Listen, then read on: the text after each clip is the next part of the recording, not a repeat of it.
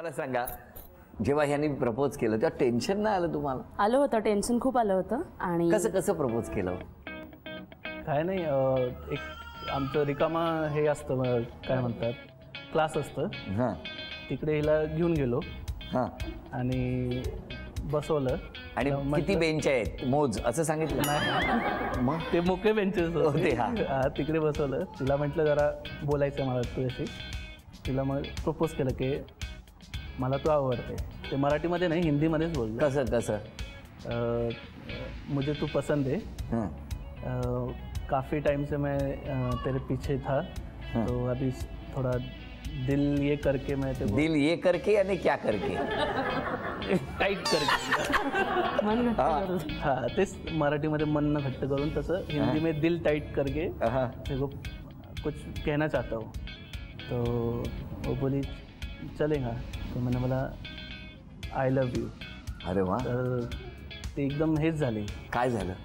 Tension आलं, एकदम tension आलं. हां, म्हणजे माहिती होतं की असं होणार आहे, पण टेन्शन आलंच तिला. हां, मग ती म्हटली तसं काय नाही आहे, आपण हे नाही, असं नाही होणार. हां, म्हटलं ठीक आहे, तुझं काय डिसिजन असेल ते तू घे, पण मी तुझ्यावर प्रेम करतोय, करणार आणि करत राहणार. पण आता तू असं म्हणणार की आपण फ्रेंड्स राहू आणि हे असं तसं. म्हटलं तसं मला नाही जमणार. फ्रेंड्स म्हणजे प्रेम हो की नाही असं एक बोल. हो तर हो सांग, नाही तर नाही सांग. Very good. तुमचं जे आहे ते आपण बघू, म्हणजे असं फ्रेंड्स नाही राहणार, माझं असं पर्सनल मत होतं. मग तसं तिला सांगितलं. तर त्याच्यानंतर ती म्हटलं मला वेळ पाहिजे.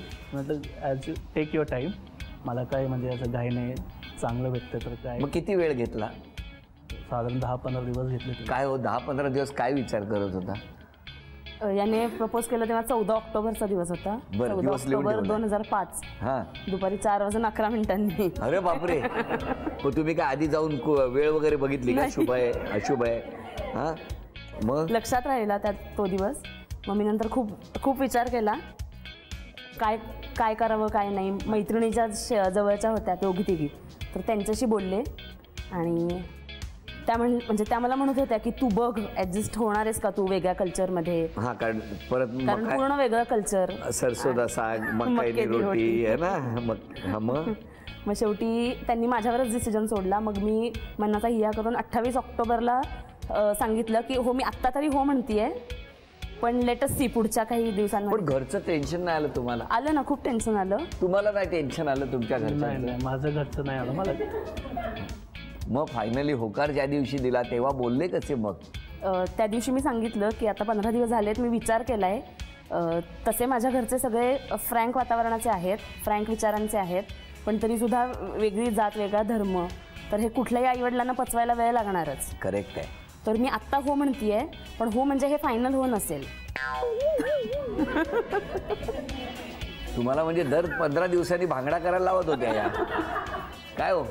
म्हणजे परत त्यांनी सांगितलं की आता हो आहे, पण तो हो नाही, म्हणजे डेंजरच. मग असं करत हळूहळू डेअरिंग केलं.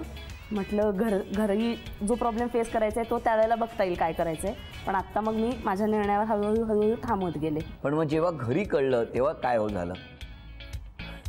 भूकंप झाला. मी त्यांची सेवाही भरपूर केली, मला लाभलं ते. पण तुम्ही जेव्हा विचारलं त्याला, आता ह्या म्हणतात की यांना प्रपोज केलंच नाही, तुम्ही डायरेक्ट त्यांनाच सांगितलं. हो, म्हणजे डेअरिंग आलं कुठून? आता ते आताच मीन्स कोल्हापूर. म्हणजे मी स्वतःला लायन आउट म्हणतो, सिंहाच्या हृदयाचा माणूस. त्यामुळे मी कसं कुठलीही माझी डिसिजन घेतो. मला ते अलेक्झांडर जे राजा होते ते मला खूप आवडायचे. अलेक्झांडरचा एक नियम मी नेहमी पाळतो जीवनामध्ये, एक decision first then make it right. पहिला निर्णय घे, नंतर सरळ करत बस. नाही, पण मग बाबांना जेव्हा यांच्या विचारलं तेव्हा काय प्रतिक्रिया आली? त्यांचे म्हणले बेटा ऐसा नाही हो सकता. म्हणजे सुरुवातीने त्यांना हेच मला नेगेटिव्ह टाकला. तोच एक चॅलेंजिंग पार्ट वाटला, कारण आजच्या काळामध्ये हेच दोन असे आपले मजहब आहेत, म्हणजे त्याच्यावरती छानही लोक वागतात आणि विचित्रही वागतात. पण माझा हेतू काय होतं की माणुसकी. म्हणजे हे वडिलांशी बोलले तुमच्या, हे तुम्हाला माहिती होतं? नाही, हे मला माहीत नव्हतं. मी इथे एक्झाम देत होती. मग तिकडे आणि काय झालं होतं की माझी एक मावशी होते, त्यांनी लग्न नाही केलं होतं, तर माझे पप्पांनी त्यांना माझी रिस्पॉन्सिबिलिटी देऊन माझे बरोबर पाठवलं होतं. तर त्यांचं फोन वगैरे काहीतरी झालं असेल, मी अभ्यास करत होती. मग ते आले, मला म्हणले हे काय केलं तू असं, पप्पा खूप ओरडायला लागले. तर मी म्हणलं मला तर काय माहीत नाही. म्हणे काय खोटं बोलती, तुला माहीत नाही इतकं सगळं घडलं आणि तुला माहीत नाही आहे तू कोणत्या जगात आहे, असं बोलली ती. मग माझी मावशी मला बोलली की असं असं हे बघू विचार करतात. बट आम्ही असं की एकमेकांना डेटिंग किंवा होटलिंग तसं काही नाही, कारण यांना तसं काही आवडत नाही आणि मी पण खूप होमली होती. पण एक यायचं जरूर डब्यातनं. डब्यातनं काय यायचं? कोफ्ते म्हणजे मोगलाई फूड असायचे ना. माहेरचं तुमचं नाव संपूर्ण? शर्मीन अब्दुल सत्तार पटेल. ओके, मग तुमच्याकडे कोफ्ते वगैरे यायचे? सगळं सगळं. पण मग ते शेवटी कधी होकार कधी झाला? कारण मला आता टेन्शन यायला लागलंय, कारण या दोन घरांमध्ये बऱ्याचदा आपण क्लॅशेस बघितले. बट तसं म्हणायला गेलं तर मी खूप लकी आहे, म्हणजे कारण की माझे पप्पांनी एक बोलले होते की जर का हे रिलिजन नसतं तर he is a perfect man for you.